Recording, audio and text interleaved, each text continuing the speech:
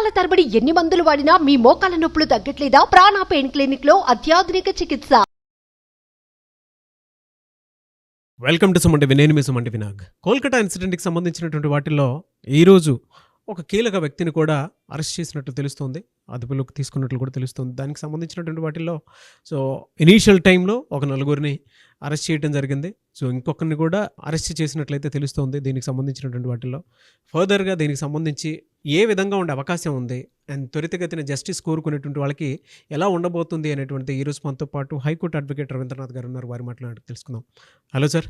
Hi అండి నాగరాజ్ గారు. Sir, ఎప్పటి వరకు అంటే గడిచిన కొద్ది రోజులుగా మనం చూస్తూ ఉంటే దీనికి సంబంధించి ఆల్మోస్ట్ ఒక 2 నెలలు కూడా కావస్తుంది మనకి. అంటే ఒక 4 days ఆగితే దీనికి సంబంధించినటువంటి వాటిలో ఒక 2 months అయిపోతున్నట్లు కూడా తెలుస్తుంది మనకి. ఇప్పటి వరకు 9 అరెస్ట్ చేశారు, కొత్తగా 5 అరెస్ట్ చేయడం జరిగింది.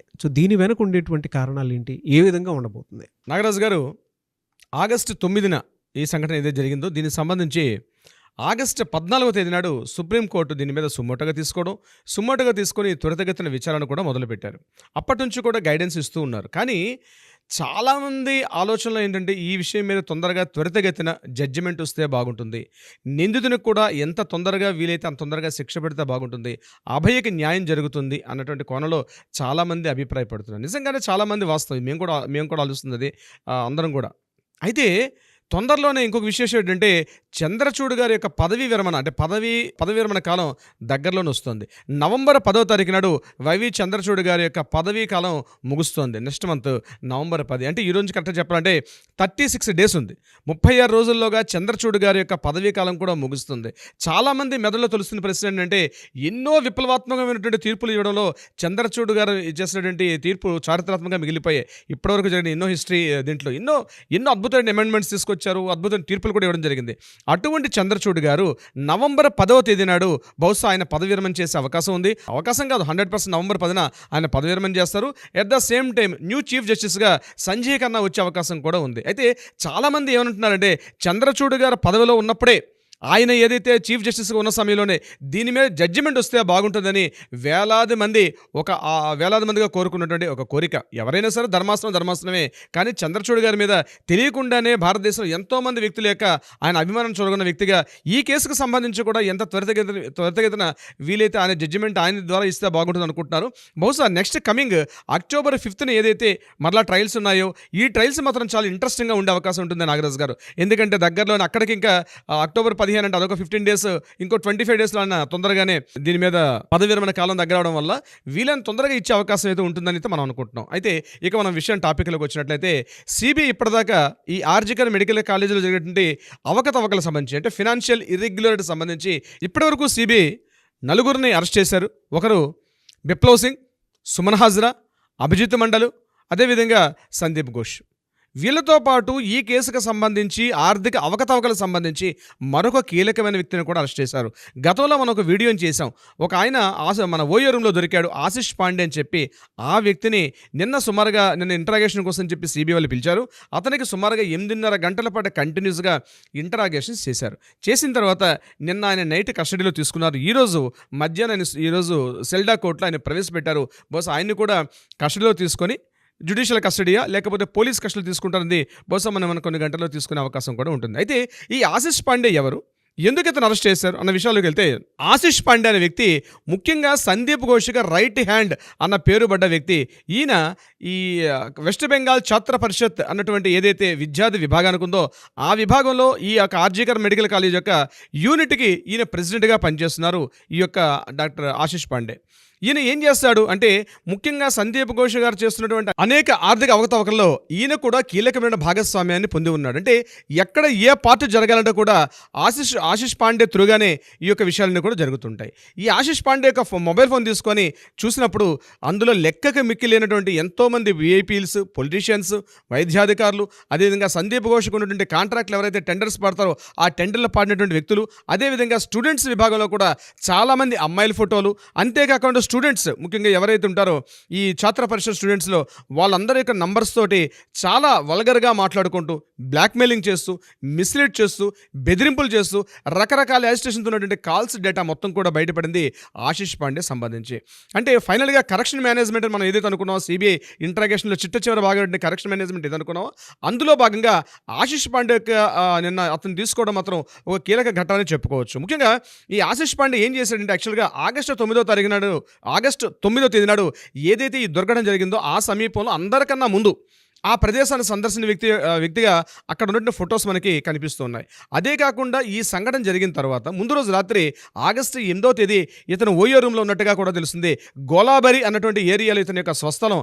ఆ ప్రాంతాన్ని పోలీసులు విజిట్ చేసేసరికి అప్పటి నుంచి కంప్లీట్గా అబస్కాండ్లో ఉన్నాడు ఈ యొక్క ఆశిష్ పాండే. ఆ నైబర్స్ని కూడా వెళ్ళి మాట్లాడడం జరిగింది. నైబర్స్ ఏం చెప్పారంటే ఆ రోజు నుంచి ఇప్పటిదాకా ఇతను కనిపించడం లేదు, ఇతను ఎప్పుడు వస్తున్నాడో ఎప్పుడు పోతున్నాడో కూడా తెలియట్లేదు, కాబట్టి ఇతని మీద మాకు కూడా అనుమానం ఉందని చెప్తే పోలీసులు ఆ యొక్క ఇంటిని తలాలు బ్రేక్ చేసి ఇంటి లోపలికి వెళ్ళేసరికల్లా గుట్టలుగా పేరుకుపోయినటువంటి అనేక పేపర్స్ కట్టలన్నీ కూడా ఒక స్టూడెంట్ విద్యార్థి విభాగ నాయకుడి ఇంట్లో ఆఫీసులో ఉండాల్సిన పేపర్స్ అన్నీ కూడా ఈ ఇంట్లో ఎందుకు ఉన్నాయండి ఒక ప్రశ్నార్థకటువంటి మిలియనం మెదలు తొలిచినటువంటి ఒక ప్రశ్నార్థకమైన ప్రశ్న. ఈ ఆశిష్ పాండే ఇక్కడతో ఆగలేదు. ముఖ్యంగా మాణిక్ తల అనేటువంటి హాస్టల్ ఉంది, అంటే ఆర్జికర్ మెడికల్ కాలేజ్లో ఒక హాస్టల్ పేరు మాణిక్ తల. ఆ మాణిక్ తల హాస్టల్లో ఉన్నటువంటి ఒక రూమ్ని ఈ మాణిక్ తల హాస్టల్లో ఒక రూమ్ని కంప్లీట్గా తన ప్రైవేట్ గెస్ట్ హౌస్గా వాడుకుంటున్నాడు. ఆ గెస్ట్ హౌస్లో ఎటువంటి అరాచకాలు ఎటువంటి అక్రమాలు చేయాలో అన్నిటికీ పాల్పడుతున్నట్టుగా స్టూడెంట్స్ చెప్తూ ఉన్నారు. ముఖ్యంగా ఒకరోజు సందర్భంలో సందీప్ ఘోష్ అంటే ఆ కాలేజీ ప్రిన్సిపాల్ అయినటువంటి మాజీ ప్రిన్సిపాల్ అయినటువంటి ఈ సందీప్ ఘోష్ ఒకసారి ఆ హాస్టల్లో కూడా కొంతమంది ప్రైవేట్ అమ్మాయిలతో కలిసి కనిపించాడని విద్యార్థులు చెప్తుండగా సిబిఐ వాళ్ళు కూడా ఆ యొక్క నోట్ను కూడా వాళ్ళు మెన్షన్ చేసుకున్నారు. బహుశా దానికి సంబంధించి కూడా అంటే ఒక కాలేజీ ప్రిన్సిపాల్ ఒక హాస్టల్ స్టూడెంట్స్ ఉండే హాస్టల్లో ఆయనకి ఇక్కడ ఏం పని, అది కూడా స్టూడెంట్స్ యొక్క విద్యార్థి విభాగ నాయకుడైన ఆ నాయకుడితోటి హాస్టల్లో ఉండాల్సిన అవసరం ఏంటంటే ఆ హాస్టల్లో ముఖ్యంగా ఉన్నటువంటి ఆయన ఒక హాస్టల్లో ఉన్న ఒక రూమ్ని పూర్తిగా ప్రైవేట్ గెస్ట్ హౌస్గా మార్చేసుకొని అనేక అక్రమాలకు తావిచ్చాడు అనడానికి ఇతనితో ఉన్నటువంటి ఫోటోలు కూడా బయటకు వచ్చాయి. అది బయటకు సిబిఐ వాళ్ళు రిలీజ్ చేయట్లేదు. దానికి సంబంధించి కొంతమంది స్టూడెంట్స్ ఇంటరాగేట్ చేస్తే ఆ ప్రిన్సిపాల్ కూడా ఆ రూమ్లో ఉన్నటువంటి కొన్ని అసభ్యకర రీతిలో ఉన్నటువంటి ఫొటోస్ కూడా వెలుగులోకి వచ్చే అవకాశం కూడా ఉంది. దీనికి సంబంధించి ఆ మాణిక్ తల హాస్టల్ సంబంధించి. ఇదే కాకుండా ఆశిష్ పాండే ముఖ్యంగా అతన్ని ఇంటరాగేట్ చేసినప్పుడు అతని యొక్క ఆర్థిక అవకతవకలు మాట్లాడుతుంటే అతను చెప్పినటువంటి సమాధానాలు ఏవైతే ఉన్నాయో ఎక్కడా పొంతలు లేనట్టు సమాధానం. ముందుగా మాట్లాడినప్పుడు అతనికి నాకు ఈ కాలేజీలో సంబంధం లేదు, నేను కేవలం విద్యార్థి విభాగ నాయకుడిని తప్పించుకునే ప్రయత్నం చూపించాడు. కానీ పోలీసులు తమదైన స్టైల్లో ఎప్పుడైతే 3rd డిగ్రీ ప్రయోగించడం మొదలుపెట్టారో ముఖ్యంగా ఫోన్ని కస్టడీలో తీసుకున్నారు కాబట్టి ఆ ఫోన్ యొక్క ఎవరితో మాట్లాడావు, ఈ ఫోన్ ఎవరి నెంబర్ది, ఈ ఫోన్తో ఎందుకు మాట్లాడావు, ముఖ్యంగా ఆగస్టు 9వ తేదీ ఉదయం 10:30 సందీప్ ఘోష్తో మాట్లాడాల్సిన ఆవశ్యకత ఉంది. సందీప్ ఘోష్ ఎందుకు గైడ్లైన్స్ ఇస్తున్నాడు, నీకు ఏ గైడ్లైన్స్ ఇచ్చాడు, ఎవరెవరిని కలవమని చెప్పాడు, ఇవన్నీ విషయాలు మాట్లాడుతుంటే అతను ఏమీ మాట్లాడలేకపోయాడు. సో ఇతన్ని పూర్తిగా మామూలుగా ఇంటరాగేట్ చేసి సరిపోదని చెప్పి సెల్డా కోర్టుకు సంబంధించి ఇతన్ని ప్రొడ్యూస్ చేసి ఇతన్ని అరెస్ట్ చేయడం కూడా జరిగింది. ముఖ్యంగా ఇతను ఈరోజు కోర్టులో అతను పోలీస్ కస్టడీలో తీసుకున్న తర్వాత ఇతను ఇంటరాగేట్ చేసిన తర్వాత మరికొన్ని విస్తుగొలిపి విషయాలు కూడా బయటకు వెలుగులోకి వచ్చే అవకాశం కూడా ఉంది. నాగరాజ్ గారు ఓకే, ఇక పాయింట్ నెంబర్ 2లోకి వెళ్తాం. నాగరాజ్ గారు ముఖ్యంగా ఈ నార్త్ బెంగాల్ ఏదైతే లాబీ అనుకున్నామో వెస్ట్ బెంగాల్ వ్యాప్తంగా ఉన్నటువంటి అనేక గవర్నమెంట్ మెడికల్ కాలేజీలు అదేవిధంగా హాస్పిటల్ సంబంధించి ఇటీవల ఈ ఆగస్టు 9 అయిన తర్వాత పోలీసులు మిగిలిన కాలేజెస్ మీద సిబిఐ వాళ్ళు ముఖ్యంగా మిగిలిన కాలేజెస్ మీద కూడా ఒక దృష్టి సారించే ప్రయత్నం చేశారు. అంటే ఎటువంటి అక్రమాలు జరుగుతున్నాయి, ముఖ్యంగా సుప్రీంకోర్టు గైడ్లైన్స్ ఇచ్చారు. ఈ అక్రమాలకు సంబంధించి ఏ కాలేజీలున్నా ఎవరెవరి వ్యక్తులున్నా వాళ్ళకి ఉద్యోగంలో కంటిన్యూ చేయకుండా వాళ్ళు ఇమీడియట్గా సస్పెండ్ చేయమని చెప్పి సుప్రీంకోర్టు ప్రీవియస్ ట్రయల్స్లో కూడా ఒక గైడ్లైన్స్ ఇవ్వడం జరిగింది. అందులో భాగంగా సిబిఐ వాళ్ళు ఏం చేశారంటే ఇక్కడ నార్త్ బెంగాల్ లాబీలో ఉన్నటువంటి ఎవరైతే డాక్టర్స్ ఉన్నారో ఈ డాక్టర్స్కి అదేవిధంగా కలకత్తాలో ఉన్నటువంటి మిగిలిన కాలేజీలో ఉన్నటువంటి వ్యక్తులతో ఏ రకమైన సంబంధాలు ఉన్నాయి, ఏ రకమైన డీలింగ్స్ ఉన్నాయి, కాంటాక్ట్స్ ఏ రకంగా ఉన్నాయనే విషయం మీద వెళ్ళేటప్పటికీ విస్తుగొలిపే విషయాలు బయటకు వచ్చాయి. అందులో ప్రధానంగా ఒక 7 మెడికల్ కాలేజీలు మాత్రం వివాదాస్పదంగా ఉన్నాయని ఈరోజు సిబిఐ వాళ్ళు రిలీజ్ చేసిన ఒక నోట్లో తెలిసింది.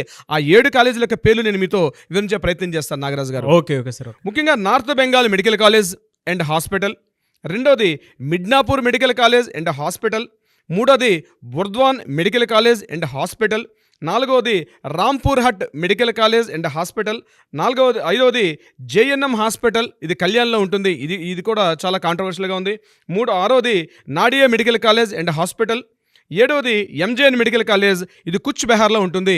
ఇది కూడా చాలా వివాదాస్పదమైనటువంటి ఈ 7 కాలేజీ లిస్టును కూడా ఇచ్చారు. ఈ 7 కాలేజీ ఎందుకు వివాదాస్పదం అయినాయి అంటే, ఎప్పుడైతే ఆగస్టు 9న జరిగినటువంటి ఈ సంఘటన జరిగిన తర్వాత ఇక్కడ స్టూడెంట్స్ని ప్రమోట్ చేసే విషయంలో కానీ, అదేవిధంగా నర్సింగ్ సిబ్బందికి డ్యూటీని ఎలక్ట్ చేసే విషయంలో కానీ పూర్తిగా అవినీతి, లంచగొండితనానికి చాలామంది పాల్పడినట్టుగా ఇక్కడ స్టూడెంట్స్ అందరూ కూడా బయటకు వచ్చి సిబిఐలకు తమ ఇండివిజువల్గా ఉన్నటువంటి తమ ఒక రెఫరెన్స్ లెటర్స్ ఇవ్వడం జరిగింది. మా కాలేజీలో కూడా ఇటువంటి ఆర్థిక అవకతవకలు జరుగుతున్నాయని చెప్పి, మేము అమౌంట్ పే చేస్తే కానీ ఈ కాలేజీలో మాకు ప్రమోషన్ చేయట్లేదు, మా సర్టిఫికేట్స్ ఆపేస్తున్నారు, ఈవెన్ దో మేము ఫస్ట్ ఇయర్ పాస్ అయినప్పటికి కూడా మా సర్టిఫికేట్స్ మాకు హ్యాండ్ ఓవర్ చేయకుండా వాళ్ళ హ్యాండ్ ఓవర్లోనే ఉన్నాయి అని చెప్తూ వాళ్ళు ఎవిడెన్సెస్, ప్రూఫ్స్ అని సబ్మిట్ చేస్తే విస్తుపోవడం వంతు సిబిఐ వాళ్ళకి అయింది. అంటే అరాచకాలకి, అక్రమాలకి, అవినీతికి పుట్ట ఏంటంటే ఆర్జికర్ మెడికల్ కాలేజ్. ఈ 7 కాలేజీలతో పాటు ఆర్జికర్ మెడికల్ కాలేజ్ 8 కాలేజీలని పూర్తిగా నార్త్ బెంగాల్ లాబీ అనుకున్నాం, ఏదైతే వెస్ట్ బెంగాల్ మెడికల్ ఒక లాబీ ఏదైతే అనుకున్నామో వీళ్ళు పూర్తిగా తమ కంట్రోల్లో పెట్టి అటు మెడికల్ హెల్త్ డిపార్ట్మెంట్లో ఉన్న ఆరోగ్య శాఖకి వీళ్ళకి ఒక రైవల్ నడుస్తుంది. ఎప్పుడైతే ఆర్జికర్ మెడికల్ కాలేజీలో ఈ సంఘటన జరిగింది కాబట్టి ఈ విషయాలన్నీ వెలుగులోకి వస్తున్నాయి, కానీ లేకపోతే ఎక్కడికక్కడ అవినీతికి, అక్రమాలకి, అక్రమార్జన కేసులకి, అక్రమాస్తులు కూడబెట్టుకోవడానికి ఇక్కడ ఉన్నటువంటి వైద్యాధికారులు అయితేనేమి, ఆఫీసర్స్ అయితేనేమి, డాక్టర్స్ అయితేనేమి ఎవరి స్థాయిలో వాళ్ళు నిట్టనిలున విద్యార్థులను దోచుకునే ప్రయత్నంలో సిద్ధహస్తులయ్యారు. వెరీ ఇంట్రెస్టింగ్ పాయింట్ నాగరాజు గారు. నిన్న మనం మాట్లాడుకున్నాం క్రై ఆఫ్ ద హవర్ అని చెప్పేసి ఒక స్టాచ్యూని అక్కడ ప్రదర్శించారు ఆర్జికర్ మెడికల్ కాలేజీలో. ప్రిన్సిపాల్ గారి యొక్క కాంపౌండ్ హాల్లో పీజీబీఎం గార్డెన్స్కి ఎదురుగుండా దాన్ని ప్రతిష్ఠించారు. దానికి సంబంధించి దీని మీద భిన్నాభిప్రాయాలు అయితే వెలుగులోకి వస్తున్నాయి. ముఖ్యంగా ఇటువంటి విగ్రహాలు నిజంగా జాతికి అవసరమా అని కొందరు, కాదు ఇట్లాంటి విగ్రహాలు ఉండకూడదని కొంతమంది. ఏదేమైనప్పుడు కూడా ఆర్జికర్ మెడికల్ కాలేజీలో ఇది అభయ యొక్క రెప్లికా కాదు, ఇది కేవలం ఆమె చిట్ట చివరి నిమిషంలో ఆమె పడినటువంటి మానసిక వేదన, ఆవేదన, ఒక ఆర్తనాదం వెలుగొల్పాలి. ఇది చూస్తే ప్రతివాడు కూడా భయం కలగాలి. ఎందుకంటే భయం కొలిపే చట్టాలు మన భారతదేశంలో లేదు. ముస్లిం దేశాల్లో ఉన్నట్టుగా, ముఖ్యంగా ఇస్లామిక్ దేశాలు ఉన్నటువంటి భయంకరమైన చట్టాలు మన దేశాల్లో లేవు కాబట్టి ఆ చట్టాలు మనం ఇంప్లిమెంట్ చేయలేం. కాబట్టి అట్లీస్ట్ ఈ యొక్క శిల్పాన్ని చూసినా సరే ఇట్లాంటి చేయడానికి భయపడతారు, ఇంత భయంకరంగా ఉండాలి అని చెప్పడం జరుగుతుంది. బట్ ఏదైనప్పటికీ కూడా ఏదైతే ఆ శిల్పాన్ని అక్కడ ప్రతిష్ఠించారో ఒక కాంట్రవర్షియల్ విధానాన్ని మాత్రం రేపుతోంది. ఇది ఏం జరుగుతుంది, ఈ శిల్పాన్ని ఉంచుతారా, ఈ శిల్పాన్ని తీసేస్తారా అని ఫైబర్ గ్లాస్తో ఏదైతే బ్లాక్ కలర్తో చేసినటువంటి ఒక శిల్పం అయితే ఉంది, భయం కొలిపేటట్టుగా ఒక ఆర్తనాదం, ఒక మహిళ యొక్క ఆర్తనాదం, అంటే లోపలికి బాగా ఉన్నట్టు చొచ్చుకుపోయిన కళ్ళు, గొంతెత్తి అరుస్తున్నట్టు, ఆకాశాన్ని చూస్తూ గొంతెత్తి అరుస్తున్నటువంటి ఒక మహిళ యొక్క ఆర్తనాదం యొక్క ఏదైతే శిల్పం ఇప్పటివరకు భారతదేశంలో ఎక్కడ ఇటువంటి ఊహించలేదు, కానీ ఒక డిఫరెంట్గా ఉంది. బట్ దాని మీద ఒక్కొక్క పార్టీలు ఒక్కొక్క రకంగా స్పందిస్తున్నారు. చివరికి ఏం జరుగుతుంది, మొత్తం సుప్రీంకోర్టు యొక్క శిల్పాన్ని అక్కడ ఉంచుతారా, తీసేమని చెప్పి సుప్రీంకోర్టు ఆర్డర్ ఇస్తుంది అన్నది నెక్స్ట్ జరిగే ట్రయల్స్లో మనకు తెలుస్తుంది. నాగరాజు గారు, ఏదేమైనా నాకు అన్నట్లు చంద్రచూడ్ గారికి ఇది దేశ చరిత్రను మార్చేటువంటి తీర్పు ఇవ్వాలని మాత్రం ఆ విధంగా జరిగేలా కోరుకుంటున్నాను. ఎందుకు అని అంటే గత కొద్ది రోజుల నుంచి చూస్తూ ఉన్నాం దీని మీద చాలామంది ఈగర్గా వెయిట్ చేస్తూ ఉన్నారు, ఎప్పుడు జస్టిస్ వస్తుందా అనేటువంటి దాంట్లో. కొత్త విషయాలు వెలుగులోకి వస్తూ ఉన్నాయి. ఏదేమైనా సరే ఒక మంచి జరగడంలో కొంచెం లేట్ అయినా సరే డెఫినెట్గా మంచి జరుగుతుంది. చాలా ట్విస్ట్లు అయితే ఉన్నాయి దీనికి సంబంధించి ఈ ఇన్సిడెంట్లో. ఏదేమైనా we want justice, we demand justice. Thank you so much Ravindranath garu. Thank you so much Nagaraju గారు.